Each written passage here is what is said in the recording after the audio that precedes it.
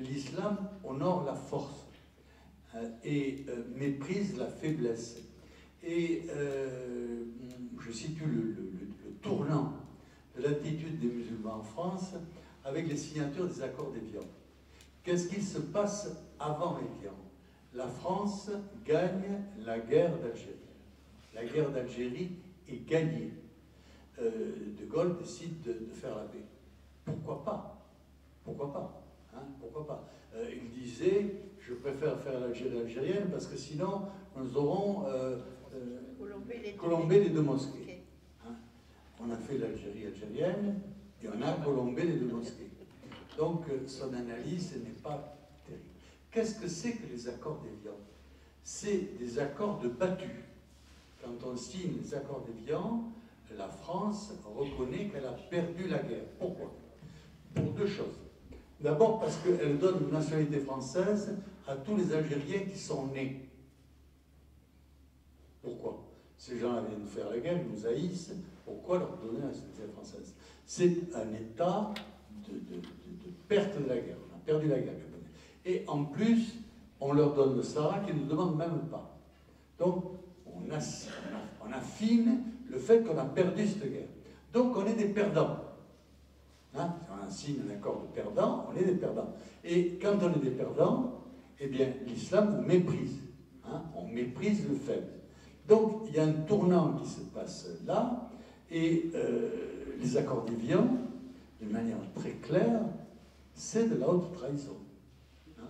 Normalement, c'est quelque chose qu'on ne peut pas signer, comme le président de la République n'a pas le droit de signer, de la même manière que la Constitution française disait que la terre de France était inaliénable, et que donc on ne pouvait pas transformer l'Algérie, qui était des départements français, en un territoire étranger. On ne pouvait pas. Hein, c'était contraire à la Constitution. Il aurait fallu normalement faire une nouvelle Constitution, ce qui n'a pas été fait.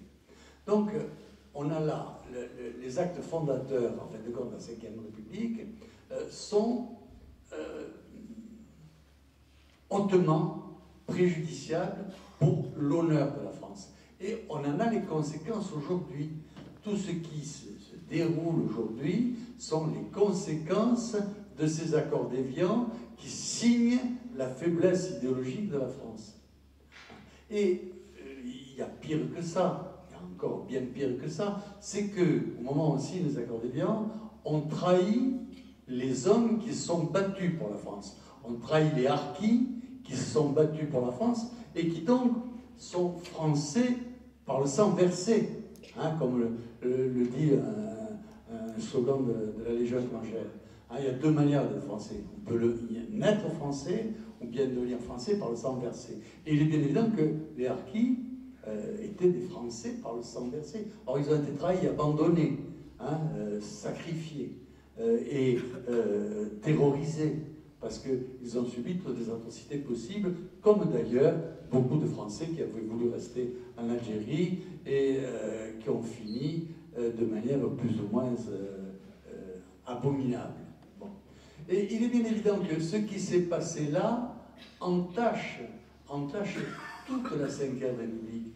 Et je pense qu'un jour un historien objectif fera une analyse de l'évolution de la Ve République. Et c'est une évolution terrible. Hein, quand on fait l'analyse de ce qu'était la France en 1958 et de ce qu'est la France aujourd'hui, quelles que soient les rodomontades de Macron, on s'aperçoit que c'est une catastrophe qui s'est déroulée au fil du temps, progressivement, sans que personne ou presque s'en aperçoive, hormis quelques hommes lucides qui l'ont combattu, plus ou moins. Hein, et cela s'ancre dans ces accords d'Évian, cette trahison du peuple de France qui ont été constitués dans la signature de ces accords.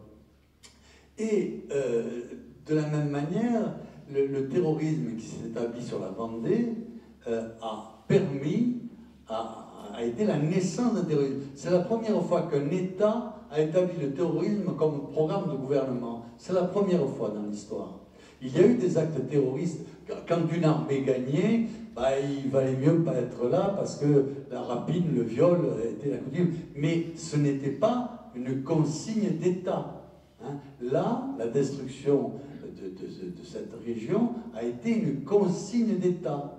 Et la révolution bolchevique en URSS s'inspire et fait référence constamment à la guerre de Vendée, constamment. Et le terrorisme qui a tombé sur l'URSS, bah, c'est au nom de ce qui s'était passé, au nom de la philosophie qui s'était développée sous la République dans ce territoire-là.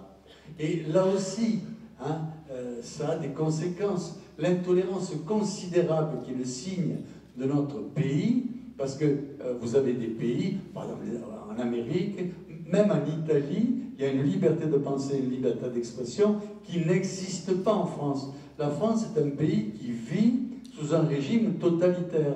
Totalitaire dans les médias, quand on sait le pouvoir des médias, quand les médias sont totalitaires, c'est le pays tout entier qui est totalitaire, et totalitaire dans tous ses axes.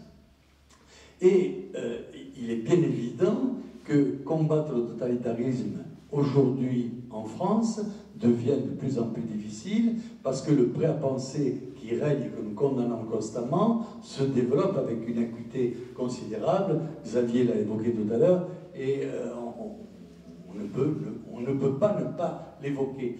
Donc c'est vrai que tout cela, si on l'analyse avec sérénité, fait que pour se battre contre ce système-là, il faut beaucoup de courage et que pour assumer ce combat-là, c'est vrai, comme le disait Yann, on a besoin de votre appui, on a besoin de votre soutien et on a besoin aussi que chacun d'entre vous recherche les gens courageux qui existent dans notre pays encore. Parce que mener un combat politique aujourd'hui, il faut en France, il faut beaucoup de courage.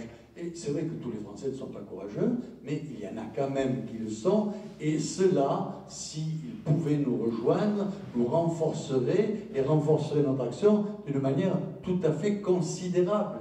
C'est vrai que seuls, nous pouvons très peu, mais avec vous, nous pouvons tout. La France a été souvent dans des situations dramatiques, catastrophiques, elle s'est toujours redressée.